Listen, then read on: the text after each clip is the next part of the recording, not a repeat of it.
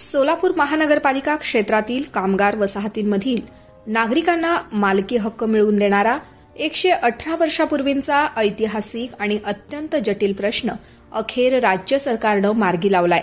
सोलापूरमधील B2 प्रवर्गातील 813 मालमत्तांमधील तब्बल 9000 कुटुंबांना या जामिनी फ्री होल्ड भोगवटाद्वार वर्ग 1 करून देण्याचा निर्णय राज्य मंत्रिमंडळाच्या बैठकीत घेण्यात आलाय, अशी घोषणा महसूल मंत्री चंद्रशेखर बावनकुळे यांनी गुरुवारी विधान परिषदेत निवेदनाद्वारे केली आहे। यामुळे सुमारे 40,000 लोकांना दिलासा मिळालाय। विशेष म्हणजे हा मालकी हक्क देताना नागरिकांवर आर्थिक बोजा पडू नये म्हणून चालू दरानं नव्हे तर 1989च्या रेडी टेक्नर दराच्या अवघ्या 2.5% रक्कम शुल्क घेऊन सवलतीचा निर्णय सरकारनं घेतला आहे। आणि ह्या जमिनी फ्री होल्ड करण्यासाठी 118 वर्षापासून तेथील जनता ही वाट पाहत आहे आणि त्यामुळे ह्या 813 मिळकती आहेत आणि 9000 कुटुंब आहेत, 40,000 परिवार आहे, 40,000 जनसंख्या राहते या वस्तीमध्ये।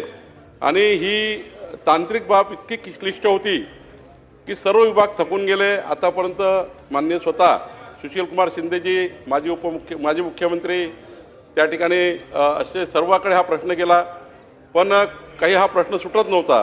पण राज्याचे मुख्यमंत्री देवेंद्र फडणवीसजी यांनी माझ्यावर जबाबदारी दिली आणि हा प्रश्न सोडण्याकरता आम्ही या ठिकाणी पुढाकार घेतला।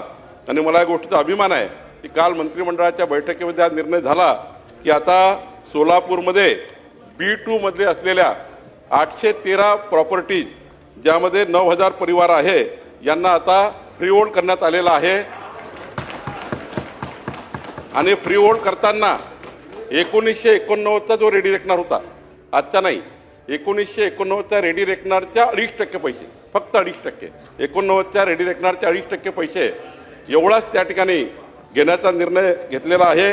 त्यामुळं या ठिकाणी सोलापूरच्या B2च्या सर्व प्रॉपर्टी आता फ्री होल्ड होणार, हा ऐतिहासिक निर्णय झालेला आहे। आणि एखाद्या निर्णयाच्या मागे किती लागायचं, एखादं काम करून घेण्याकरता किती पाठपुरावा करायचा, याचं उत्तम उदाहरण त्या भागाचे आमदार देवेंद्र कोठे आहेत। मी देवेंद्र कोठेंचा आभार मानतो की निवडून आल्याबरोबर त्यांनी या ठिकाणी हा प्रश्न सरकारकडे लावून धरला आणि आज या ठिकाणी या प्रॉपर्टी फ्री होल्ड करण्यामध्ये देवेंद्र कोठेजी यांचं खूप मोठं योगदान आहे। मी माननीय मुख्यमंत्र्यांचा आभार मानतो आणि देवेंद्र कोठेचेही अभिनंदन करतो।